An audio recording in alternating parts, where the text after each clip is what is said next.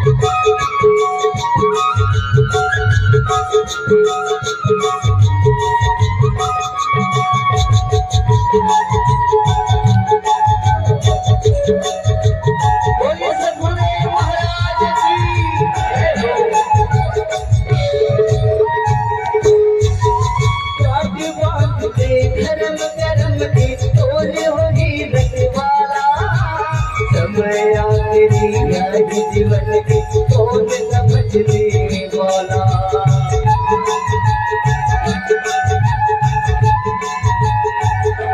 काट बांध दे धर्म कर्म के कौन हो ही रखने वाला समय आखिरी आज जीवन के कौन समझने वाला समय आखिरी आज जीवन के कौन समझने वाला आखिरी आयु जीवन की कौन समझने वाला मुसाफिर चलने वाला समय बड़ा बलवान है समय बड़ा बलवान है समय बड़ा बलवान है खुलागा छोटी बलवान खुलागा छोटी बलवान तुझ कहना तुझ ज्ञान के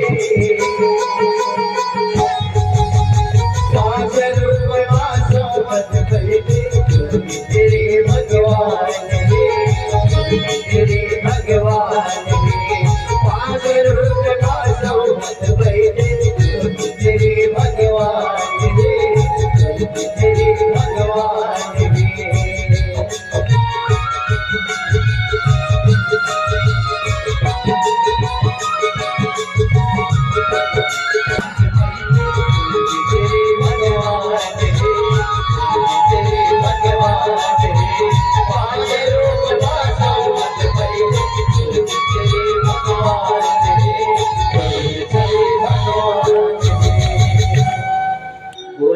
गुरुदेव महाराज की जय।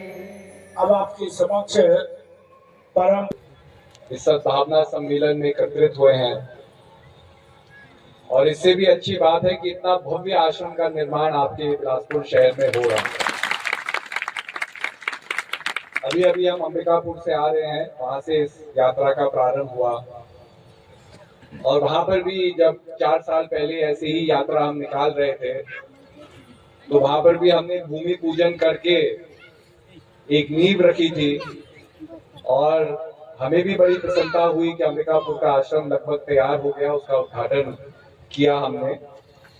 तो ये बहुत अच्छी बात है कि जो जगत जननी माता जी श्री हंस जी महाराज ने एक हंस बेल को जगह जगह फैलाया, उसमें ये पुष्प खिल रहे हैं और इन पुष्पों की सुगंध से जो सामाजिक अंधकार है, सामाजिक वैमनस्यता है, उससे लड़ने की शक्ति गुरु महाराज जी हमें प्रदान करते हैं। देखिए, इस संसार में हमेशा मन की ही लड़ाई हम लड़ते हैं।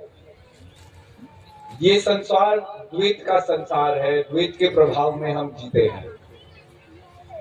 किसी दूर दार्शनिक ने बड़ी सुंदर बात कही, उसने कहा कि एक आदमी कोई भी संसार में कामना रखेगा, वासना रखेगा, अंत में उसे दुख की ही प्राप्ति होगी।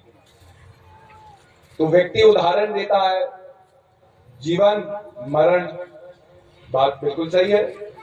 हम जन्म लेते हैं, परिवार वाले, प्रियजन वाले बड़े खुश हो जाते हैं कि अरे परिवार में एक नया सदस्य आया है, और फिर जब एक दिन हमें संसार को छोड़ना होता है तो वही व्यक्ति जो संसार को छोड़ करके जाता है अपने प्रियजनों को कितना दुख दे करके जाता है। हम अपने प्रियजनों को खोते हैं तो वो कोई प्रसन्नता का विषय तो होता नहीं।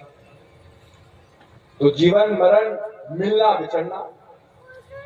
हम इस कार्यक्रम में आए, अपने गुरु भाइयों गुरु बहनों से मिल रहे हैं, बड़ा अच्छा लग रहा है। लेकिन एक समय होगा, ये कार्यक्रम समाप्त होगा, हम अपने घरों की ओर, अपने संघर्षों की ओर वापस अग्रसर होंगे और आज पल भर में हम मिले, पल भर में हमारा बिछड़ना होगा, फिर भी मन उदास होगा, फिर किसी चीज का निर्माण होना और उस चीज का टूट जाना। अब इन 3 उदाहरणों में हमारा जीवन सम्मिलित है। हम बड़े प्यार से अपने घर को बनाते हैं, बड़े प्यार से अपने जीवन को बनाते हैं, कोई अपने करियर को बनाता है, लेकिन वो हमेशा हमेशा के लिए नहीं रहेगा। तो ये द्वैत का प्रभाव है। लेकिन हमारे महान पुरुषों ने कहा कि द्वैत ही सत्य नहीं है। चलती चाकी देख के दिया कमाल हंसाए, जो कील से लागे रहे उसे काल न खाए। पुरानी चक्की के अगर पत्थर को आप उठाओगे तो बीच में कील होती है जिसके आधार पर ऊपर का पत्थर घूम रहा है, नहीं तो दोनों पत्थर अलग हो जाएंगे, उसको टेका हुआ किसने है। और जब आप पत्थर को उठाते हैं तब आप देखते हैं कि जो भी दाना कील से लग जाता है वो चक्की में नहीं पिसता। तो उन्होंने बताया कि ठीक है, हम द्वैत के प्रभाव में रह रहे हैं, लेकिन हमारा वास्तविक स्वरूप अद्वैत है, अनचेंजेबल है, बिना किसी परिवर्तन के है। और उस परम शक्ति जो हमारे अंदर है, चैतन्य शक्ति हमारे अंदर है, उसको जानना जरूरी है। देखिए, सनातन परंपरा तो इतनी पुरानी है कि लोग उसको डेट ही नहीं कर सकते। ये माना जाता है गायत्री मंत्र आज से 10 से 15 हजार साल पहले इसका उच्चारण हुआ। उच्चारण तो हुआ, लेकिन गायत्री मंत्र का जन्म कब हुआ ये कोई नहीं जानता। स्तुति और स्मृति के द्वारा हमारे महान पुरुषों ने